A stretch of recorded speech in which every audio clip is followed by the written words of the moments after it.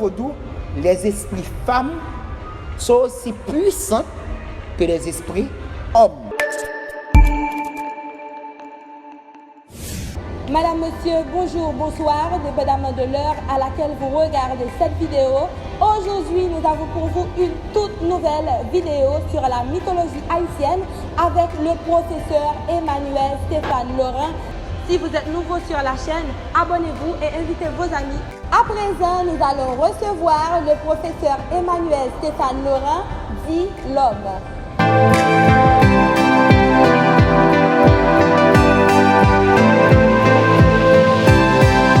Bonjour, bonsoir. Je dis bonjour, bonsoir en fonction du moment que les internautes sont en train de regarder cette émission. Je vous remercie infiniment de m'avoir invité à faire cette intervention dans votre importante média en ligne, Entretien 2000. J'espère qu'on va faire une excellente émission, un excellent entretien 2000 fois. Je vous remercie aussi d'avoir accepté que l'on fasse cet entretien à la faculté d'ethnologie de l'Université d'État d'Haïti. D'ailleurs, comme vous pouvez le constater, je suis bien entouré. À ma droite, vous avez un Taylor Firmin, qui est considéré comme l'un des premiers anthropologues haïtiens. À ma gauche, vous avez le docteur Jean Price-Mars, qui est le fondateur de l'Institut d'ethnologie en 1931, qui est devenu en 1959 la faculté d'ethnologie. Et finalement, vous avez Jacques Roumain, qui est le fondateur du Bureau national d'ethnologie et qui a enseigné aussi à la faculté d'ethnologie. Alors, pour répondre à la question, qui suis-je, n'est-ce pas? Je suis Emmanuel Stéphane Laurent. Donc, à l'Université d'État d'Haïti, on m'appelle professeur L'Homme. Je suis licencié en droit de la faculté de droit des sciences économiques de Port-au-Prince. Je suis licencié au programme du CAEF, de l'École normale supérieure et de l'Université Antilles-Guyane. Je suis détenteur de master en histoire de l'École normale supérieure et d'une maîtrise en anthropologie sociale de la faculté d'ethnologie. Je suis notamment ingénieur culturel certifié de l'OMDAC, qui est l'organisation martiniquaise pour le développement des arts et de la culture. Donc actuellement, je suis professeur titulaire au collège Roger Anglade, où j'ai fait toutes mes études scolaires, chargé de cours à l'Université d'État d'Haïti, membre actif de l'association culturelle Café Philo Haïti et directeur exécutif de la Fondation Dr Daniel Mathurin. Parmi mes thématiques de recherche, je m'intéresse au patrimoine amérindien, le potentiel minier, l'histoire intellectuelle, les questions religieuses et la situation socio-linguistique d'Haïti. Qu'est-ce que nos internautes doivent savoir sur le concept mythologie? C'est une très bonne question. Quand vous prenez le mot mythologie, il est composé de deux termes grecs, d'accord? D'une part, vous avez mythos, qui veut dire récit, et d'autre part, vous avez logos, qui veut dire étude science. Donc, on peut étymologiquement définir la mythologie comme l'étude scientifique des récits. Mais le terme de mythologie va au-delà de l'étymologie. Parce qu'il y a en fait deux définitions différentes, mais complémentaires du terme de mythologie. Donc, d'une part, on peut définir la mythologie comme l'ensemble des croyances d'un peuple, d'une civilisation.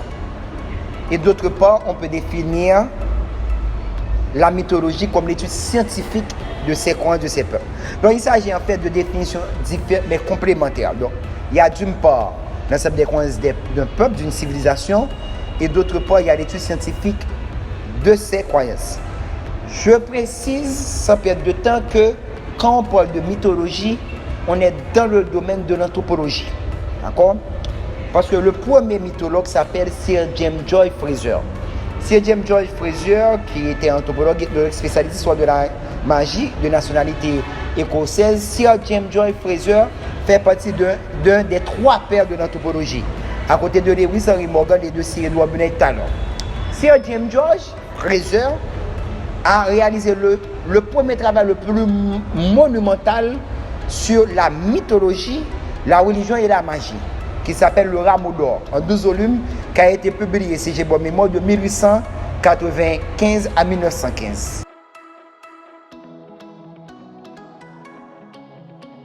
Alors, quels sont les concepts clés du domaine de la mythologie? Le premier concept, c'est le concept de la cosmogonie, que l'on ne doit pas confondre avec le concept de cosmologie.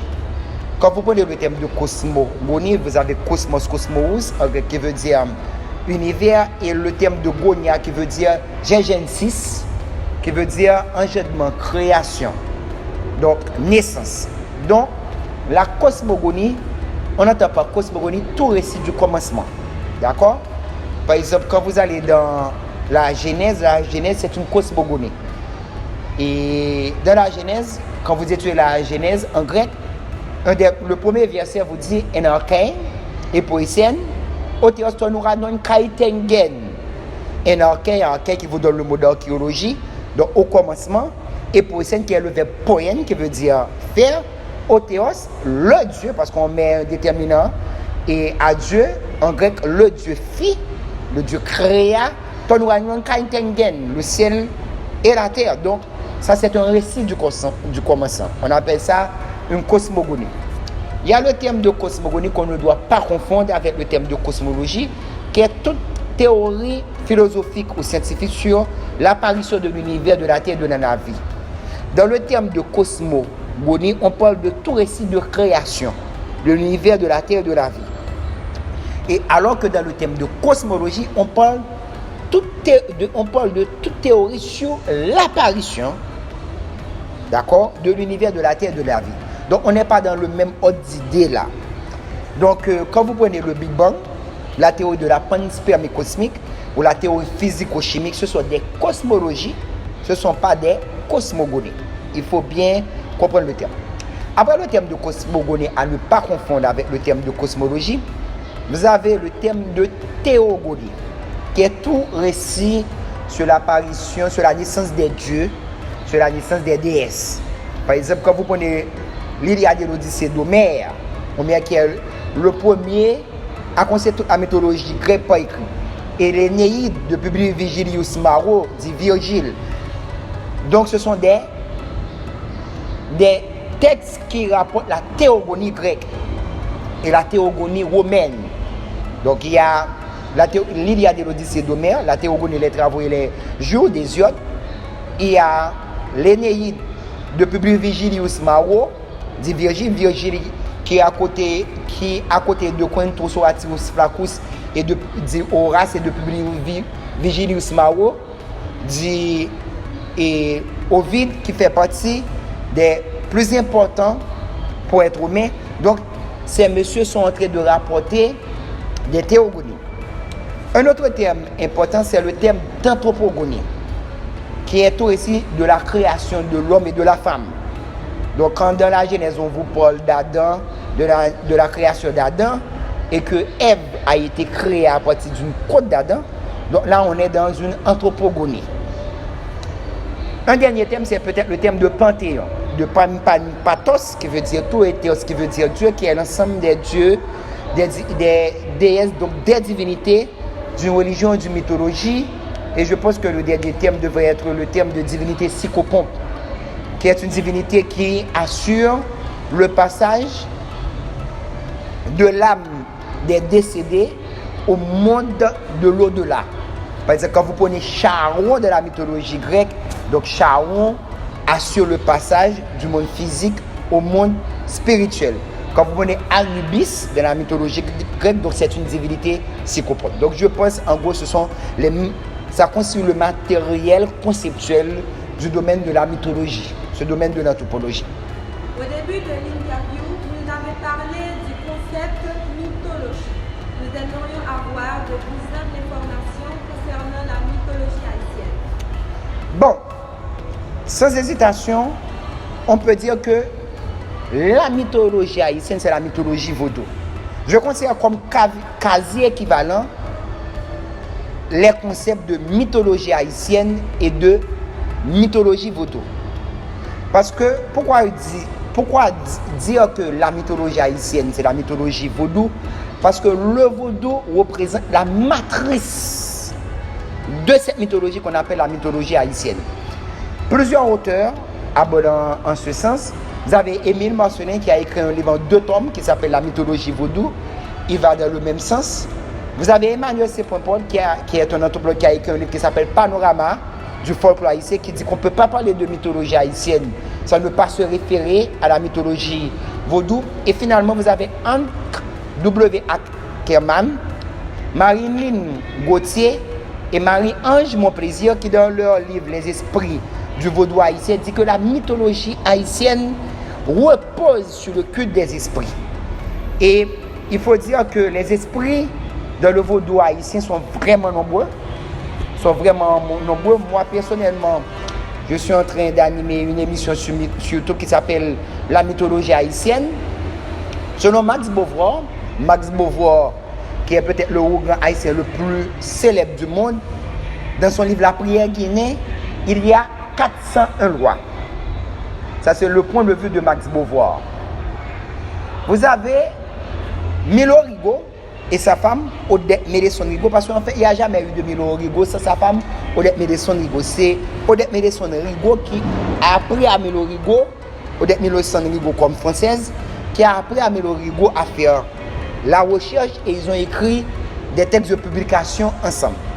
D'après Milo Rigaud et Odette Médesson Rigaud, dans le livre La tradition vaudou et le vaudou haïtien, c'est sa magie, il y a 470 lois. Alfred Métro, qui est un anthropologue américain d'après certaines versions ou suisse, d'après d'autres dans le vaudou haïtien, pensait que les lois du vaudou haïtien étaient tellement nombreuses qu'il ne valait même pas la peine de les compter. Et Jean Kerboul, qui est un prêtre breton, nous a laissé une liste de 4200 lois. Mais en fait, il s'agit de même lois qui dans cette liste peut avoir différentes nominations. Par exemple, vous pouvez avoir Papa Loco, qui appelle un peu plus devant Loco, ou Loco Atissou, ou encore Atidan Nibo Loco. Donc en fait, la mythologie haïtienne, c'est la mythologie vaudou, c'est sa pierre angulaire.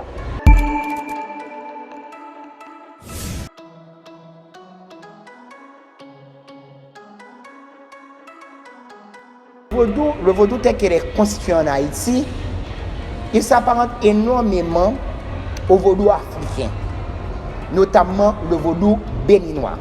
Ce sont les Béninois, ou les Dahoméens, si vous voulez, puisque le Dahomey est devenu le Bénin actuel, qui ont eu l'obédience spirituelle dans la structuration de l'organisation du vaudou, quand il prenait naissance de la colonie française de Saint-Domingue. Et ce vaudou, en fait, c'est une religion syncrétique et qui a une composition. D'abord, vous retrouvez l'animisme primitif africain, d'accord? Et par animisme, c'est Edouard Benaïté alors qui a inventé ce terme. On entend le fait de croire que les objets, les choses de la nature peuvent être habitées par des esprits. Par exemple, les vaudouisants croient que un Mapour peut être habité par un roi. Et le Mapour, c'est l'arbre du roi par excellence dans le vaudou haïtien. Donc, un roi peut aussi habiter une source. Un roi peut aussi habiter une rivière. Donc, un roi peut aussi habiter dans un gofi. Ça, c'est de l'animisme. Donc, vous avez l'animisme primitif africain. Primitif dit sans discrimination. De primum premier. Ensuite, deuxième composant du vaudou, vous avez l'héritage totémique des aborigènes d'Haïti. Par exemple, on ne retrouve pas de vévé en Afrique. Il y a des formes d'écriture qui sont apparentées, mais le vévé, la thèse qui est la plus retenue concernant le vévé, c'est la thèse amérindienne. C'est un héritage indien. Vous avez le govi. Bon, le govi, c'est un canari rituel, mais c'est un héritage indien. Et dans le vaudou, et puis vous avez le culte de l'adoration des pierres qu'on appelle encore, et très savamment, très grosso modo, la litholatrie. Donc ça, c'est un héritage amérindien. Ensuite, en outre, je peux dire, troisième élément qui rentre dans la composition du vaudou haïtien, vous avez la magie européenne du Moyen-Âge et de la Renaissance. D'accord? Cette question de bougie blanche, bougie noire, bougie bleue, bougie rouge, bougie jaune, ça n'existe pas en Afrique. Ça, c'est des pratiques qui sont liées aux pratiques des colons à ces domaines qui sont en train de faire de la magie. Regardez-moi, faux sage, mais regardez petites prières merveilleuses, la poule noire, d'accord, Grand et Petit Albert, ils ont été écrits par des Européens. Ils n'ont pas été écrits par des Africains. Donc là, vous retrouvez l'héritage de la magie européenne du Moyen-Âge et de la Renaissance à ces domaines. Et dernier élément qui rentre dans la composition du vaudou, c'est ce qu'on appelle le syncrétisme catholico-vaudou. D'accord? Cela revient à dire que la plupart ou la majorité des saints de l'Église catholique, ils ont des correspondants dans le panthéon vaudou. D'accord? Et que la plupart des fêtes catholiques, ce sont aussi, la grande totalité des fêtes catholiques, ce sont aussi des fêtes vaudou. Et pour comprendre la raison, il faut remonter l'histoire. Parce que dans la colonie française de Saint-Domingue, il y avait une interdiction, il y avait une sorte d'hégémonie religieuse. Selon l'article 2 du Code noir, tous les esclaves qui seront de nos îles seront baptisés instruits de la religion catholique, apostolique et romaine. Et successivement, l'article 3 interdit la pratique de toute culte sauf la catholique, apostolique et romaine. Donc, nos ancêtres africains ont dû développer une stratégie de marronnage à cause du rapport de force. Ils étaient les faibles par rapport aux colons qui étaient les forts.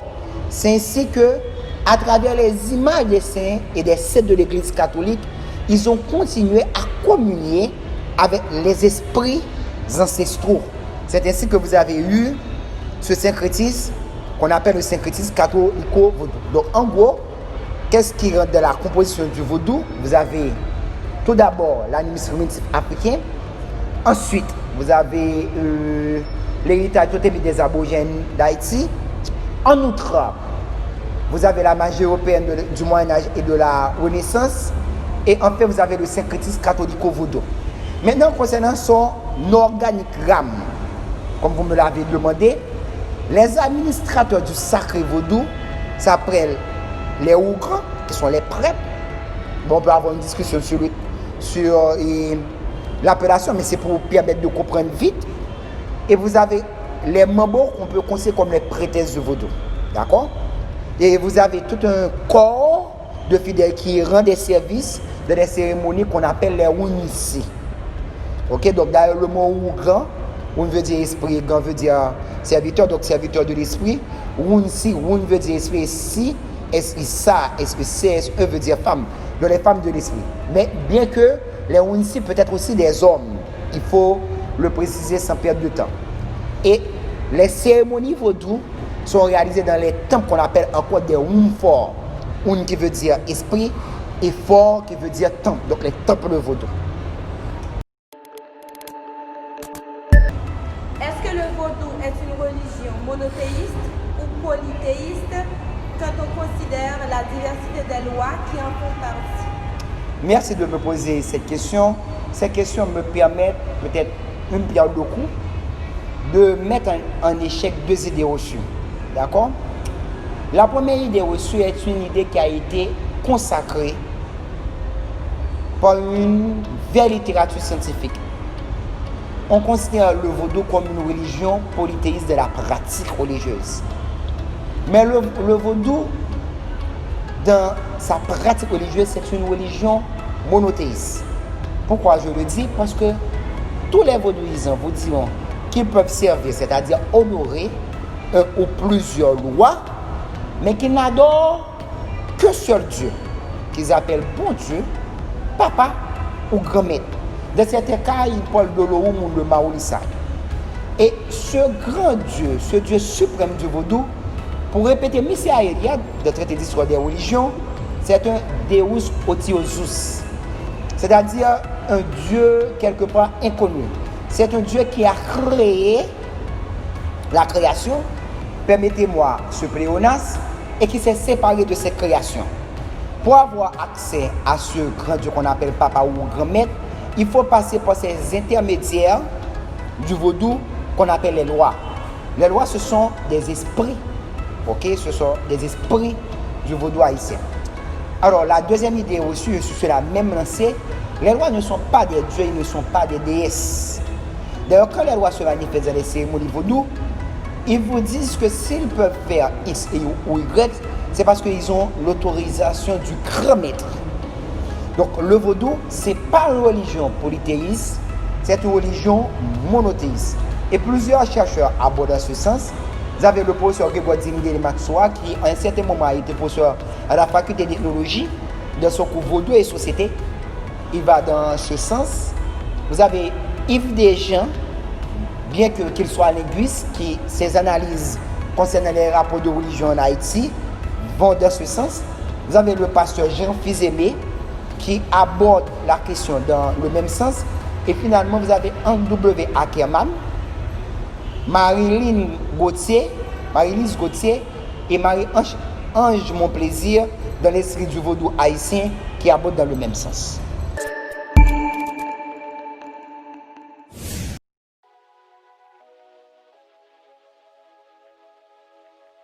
Je dois vous dire que les travaux des sociologues et des anthropologues, qu'ils soient haïtiens ou étrangers, concernant le vaudou d'une manière générale, sont nombreux. Mais en ce qui concerne particulièrement la mythologie haïtienne, je pense qu'il y a des noms qu'on doit citer. Tout d'abord, il y a le nom de Milo Marcelin, qui est un élément extrêmement important de volume qui s'appelle Mythologie vaudou. Ensuite, vous avez Deïta qui est vraiment, d'après moi, incontournable. Mais Foucault lui a dit Deïta, qui est un texte fondamental qui s'appelle La légende des rois du vaudou haïtien. C'est un texte que je me nourris énormément pour faire mon émission sur YouTube qui s'appelle Mythologie haïtienne. Vous avez Carole Delinge qui a écrit des livres sur les 4 divinatoires d'Haïti et sur les entités du vaudou haïtien de manière générale. Et finalement, je pense que les derniers chercheurs devraient être Hank W. Ackerman, Marie-Lise Gauthier et Marie-Ange Monplaisir qui a écrit un texte fondamental qui s'appelle Les esprits du vaudou haïtien. À présent, nous aimerions savoir l'importance de la mythologie haïtienne dans le quotidien du pays. Je pense que la mythologie haïtienne a la même importance ou le même impact que les anciens cultes de l'Antiquité égyptienne, gréco-romaine ou le catholicisme populaire du Moyen-Âge en Europe. Donc, cette mythologie est une source de réconfort spirituel. Elle protège les adeptes contre les mauvais sorts. Elle est en même temps une source d'inspiration artistique.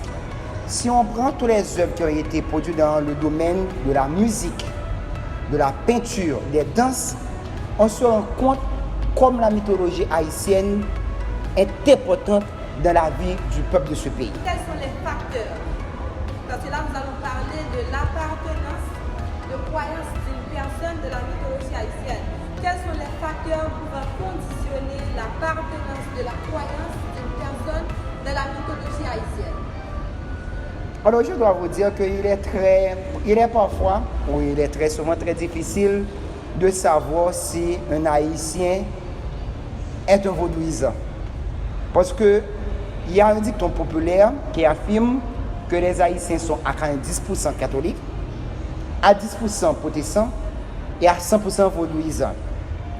La plupart des Haïtiens, ou la majorité des Haïtiens, ils ont un vécu ou ils ont un rapport avec le vaudou qui soit caché.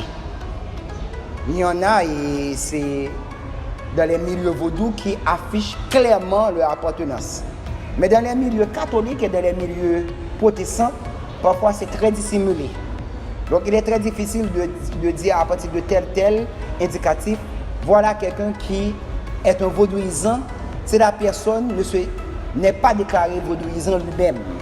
Donc je pense que c'est une question très compliquée.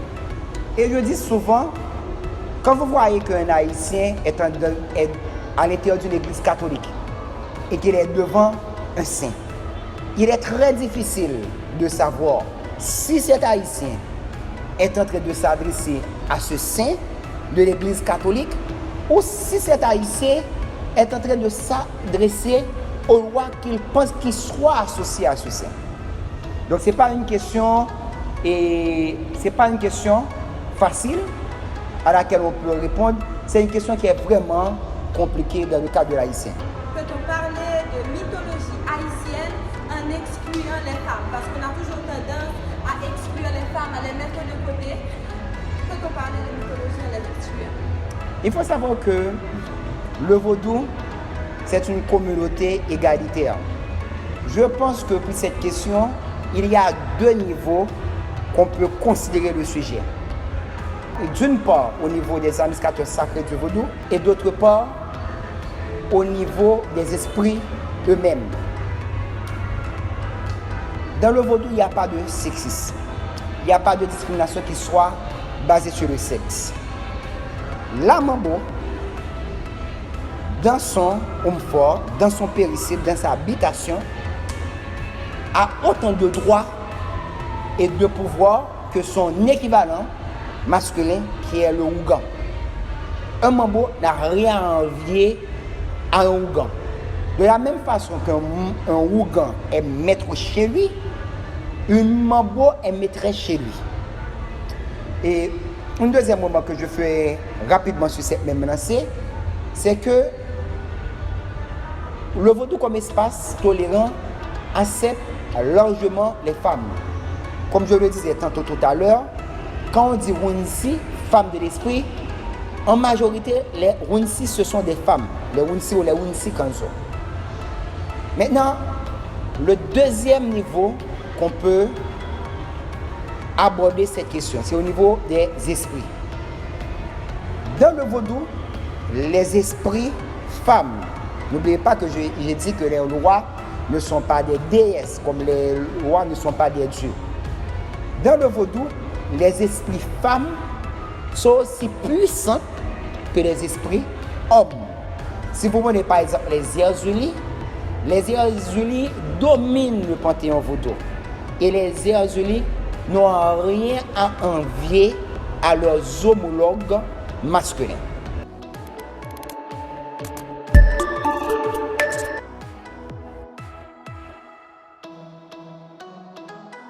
Écoutez, le vaudou c'est une religion, d'accord? Il n'y a jamais de religion sans magie.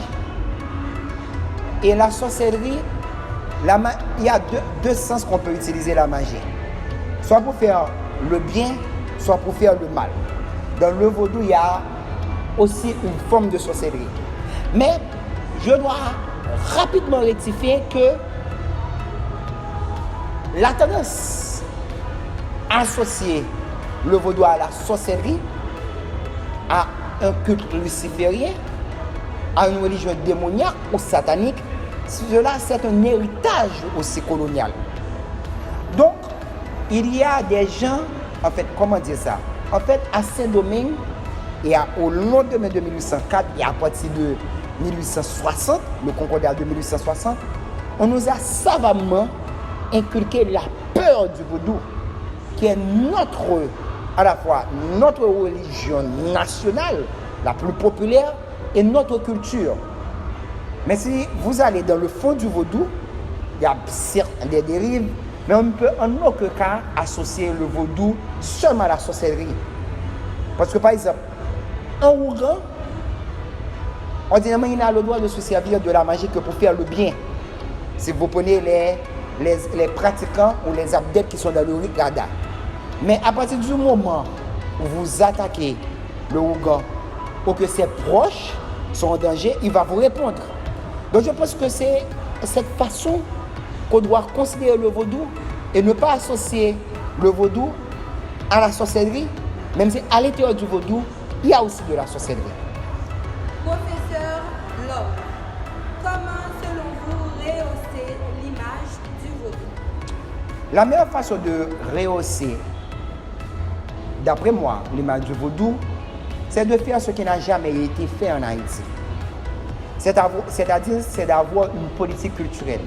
Pour politique culturelle, il ne faut pas l'oublier, on entend l'ensemble des dispositions et des mesures prises par un État ou un gouvernement en vue d'identifier, de promouvoir et de valoriser, de défendre tout ce qui a rapport avec son identité culturelle, son patrimoine culturel et les productions artistiques qui lui sont associées. L'État ici n'a jamais pris de politique culturelle. Parce que moi, je suis fermement convaincu qu'il n'y a pas de meilleur moyen de développer Haïti ou pour l'Haïtien de développer son pays sans une réconciliation avec la culture. Anthropologiquement, c'est impossible. Un peuple ne peut se développer en dehors de sa culture. Donc si rehausser l'image du vaudou en passant par une politique culturelle, c'est rehausser en même temps le développement, c'est mettre en branle le développement économique, social et politique du pays. Merci, professeur Laurent. À présent, quels conseils pouvez-vous apporter aux jeunes qui vont vouloir s'intégrer, bien sûr, parce que c'est nombreux sur les jeunes qui vont vous regarder. Quels conseils pouvez-vous apporter pour eux, justement, de la mythologie haïtienne? Le conseil que je vais donner, ou le message que je vais donner aux jeunes est clair. Comme il y a deux agents de déculturation en Haïti, ou de déhaïtianisation en Haïti, que représentent d'une part l'école et l'église, ils doivent faire un travail avec eux-mêmes. Ils doivent aimer leur pays, ils doivent aimer leur culture, ils doivent apprendre à être fiers de leur identité. Et l'une des meilleures façons de procéder, c'est de passer par les études. Moi, je suis arrivé à cette prise de conscience, peut-être à un niveau le plus avancé que je l'aurais souhaité, c'est en passant par les études. Donc, quoi en tête nous, remet pays nous, remet culture nous, et puis craser bête nous. Moyen de contact. Donc, ils peuvent me contacter à mon numéro de WhatsApp, qui est le 43 73 34 14, et je répète une dernière fois, le 43 73 34 14. Mais comme je vous l'ai déjà dit, je suis en train aussi de faire ce travail de manière très approfondie dans une émission que j'anime sur YouTube qui s'appelle Mythologie haïtienne. Donc je les invite à s'abonner, à cliquer sur la cloche de notification, à me donner le pouce bleu, à partager les vidéos et à les commenter. Il ne faut pas que les jeunes hésitent à me dire comment ils veulent que je m'améliore et à me poser toutes les questions en commentaire. Donc, je les attends sur ma chaîne YouTube qui s'appelle Mythologie haïtienne. Merci, professeur Lom. Ce fut un plaisir. Le mot de la fin. Merci, tout le plaisir est pour moi parce que vous me permettez d'avoir contact avec un charmant public qui est composé de jeunes internautes et j'avais vraiment des informations importantes à communiquer, des choses importantes à dire sur ce sujet précis qui est comprendre la mythologie haïtienne de sa complexité. Donc je remercie Entretien 2000 de cette émission et de cette intervention.